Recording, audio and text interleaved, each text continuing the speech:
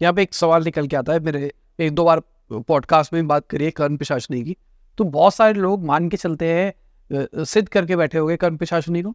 तो कर्ण पिशाचिनी क्या एक ही है या मल्टीपल है?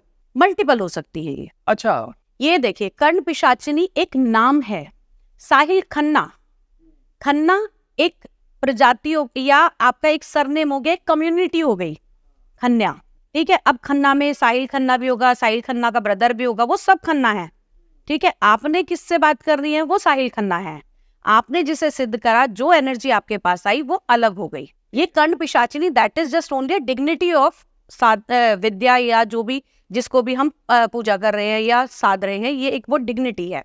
ये अलग अलग नहीं, एक नहीं है, अलग अलग हो सकती है। ठीक है। तो नॉर्मली जो आप बोल रहे हो पूजा कर दी है, पूजा और साधना में डिफरेंस है? हाँ, समझाओ थोड़ा सा। देखिए, पूजा आप रेगुलर जो कर रहे हो वो कर रहे हो, और साधना में ये होता है कि आपने एक लक्ष्य बांधा कि मैं आजीवन, सपोज मैं आजीवन इस चीज की पूजा करूंगा, साधना करूंगा। पहले मैंने टाइम ले लिया कि मैं 40 दिन, 21 दिन, 31 दिन ये कार्य करूंगा, और उस बाउंडेशन में रहकर मैं उस चीज को पूरा करूंगा। जैसे टीचर ने एक एग्जाम देने के लिए एक 100 नंबर का पेपर बनाया, 100 नंबर के पेपर को पास करने के लिए आपको 33 मार्क्स तो मिलनी चाहिए। अब जिस विद्या की आप साधना कर रहे हो, उसका एक पैरामीटर बना हुआ है कि आपको इतने दिन इस नियम को पूरा करना है। तो आप पास तो तभी हो जाओगे जब आप ये कर लोगे, लेकिन अगर आप और ज्यादा पढ़ाई कर रहे हो तो आप उस विषय में निपुण हो जाओगे। पेपर 100 मार्क्स का हो सकता है, लेकिन तैयारी आपकी 200 मार्क्स की होगी। तो जब वो 200 मार्क्स की तैयारी होगी ना, तो आपको कोई बीट नहीं कर सकता। कहीं से कैसा भी एग्जाम आ जाए, आप पास कर लोगे। यही साधना में होता है कि एक छोटे टाइम में करने के बाद में लोग अपने आप को साधक मान लेते हैं और उसको वहीं छोड़ देते हैं। अब नेक्स्ट, इससे मैंने काम कराना शुरू कर दिया, अब नेक्स्ट। लेकिन वास्तव में साधना वो होती है कि जो आपके साथ अंत तक चले।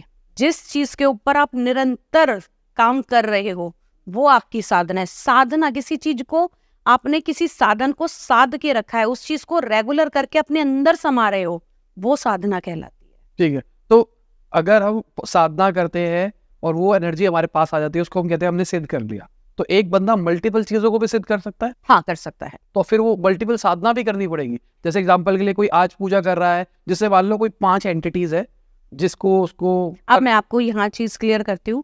जैसे दशम महाविद्या है, ठीक है। दशम महाविद्या में देवी के अलग अलग रूप हैं, मातंगी, धूमावती, भुवनेश्वरी, बगला माई और त्रिपुर सुंदरी। तो अब दशम महाविद्या में आप एक मंत्र में दशम नाम ले सकते हो इनके। तो आपको हर मंत्र की अलग अलग जाप करने की जरूरत नहीं है, लेकिन सोर्स कौन है इन सबका? आदि शक्ति भवानी, राइट।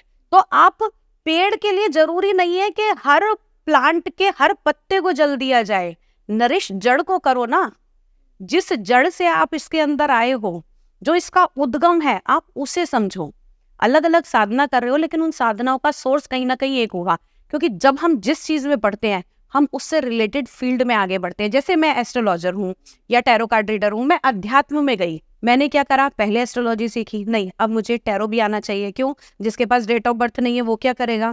टैरो पे। अब भाई टैरो से इतनी मेरे को लगता है कि नहीं, व्यक्ति को बिल्कुल एक्यूरेट टाइम चाहिए, तो हाथ देखना आना चाहिए। देन चलो, हाथ में भी किसी के प्रॉपर रेखाएं कई बार नहीं दिखती है, फिर क्या आना चाहिए? Date of birth. न्यूमरोलॉजी पे आ जाते हैं शिफ्ट होके। तो आप जिस फील्ड में हो, आप उसी में आगे बढ़ोगे। अगर आपने एक बार पॉजिटिव एनर्जी टच कर ली, तो आपको उसकी भूख बढ़ जाएगी, तो आप धीरे धीरे उसी को जानने लगोगे। लेकिन सोर्स कौन सा रहा? आज भी मैं किस पे बात करती हूँ? एस्ट्रोलॉजी। कि अगर आपकी कुंडली में ये योग बन रहा है, या अगर आपकी कुंडली के देवता, आपकी कुंडली के ग्रह ये अलाउ करेंगे, तभी आप ये साधना कर पाओगे। नहीं तो कितनी भी मशक्कत कर लो, बीच में आदि छूट जाएगी, मन हट जाएगा, या आपके अंदर उसकी पात्रता नहीं होगी। अच्छा, ऐसा भी है? ऐसा होता है। मतलब लॉजिकली दशा चल रही होगा कोई स्पेसिफिक व्यक्ति के प्लैनेट। अब क्लास में पढ़ने वाले 40 के 40 बच्चे तो आईपीएस नहीं हो सकते, लेकिन सोर्स पढ़ाने वाला तो एक ही टीचर है ना। तो हर व्यक्ति की अलग सोच है, अलग समझ है। ऐसे ही हर व्यक्ति के अलग प्लैनेट्स हैं, हर व्यक्ति की अलग ग्रह दशा है। क्यों? आपने देखा होगा कि बहुत से लोग होते हैं पूरी लाइफ स्कैम करते हैं, नहीं पता लगता। एंड ऑफ द डे जब लास्ट टाइम आता है, तब जाके सारे स्कैम एकदम से खुल जाते हैं। तो बनी बनाई जिंदगी की जो कीमत है वो खत्म हो जाती है। वहीं अगर हम KFC को देखें, आज एक एस्टेब्लिश ब्रांड है, पूरी जिंदगी निकाल दी ना, कब जाके बना वो व्यक्ति लास्ट में। तो एक टाइम पीरियड, एक ग्रह दशा और आपके ग्रहों की डिग्री, ये सारी चीज डिपेंड करती हैं। एस्ट्रोलॉजी को वेदों में ज्योतिष का नेत्र कहा गया है कि व्यक्ति के साथ क्या होने वाला है या तो वो एस्ट्रोलॉजर जान सकता है अगर उसको ज्ञान है तो, या वो खुदा जान सकता है जिसने उसका भविष्य लिखकर उसकी वो कुंडली बना दी। तो एस्ट्रोलॉजी के द्वारा सब कुछ जाना जा सकता है कि आप साधना के योग्य हैं, आपके ऊपर कोई मारण क्रिया है, आपके ऊपर कोई तंत्र क्रिया है, सब कुछ एस्ट्रोलॉजी में पता लग सकता है।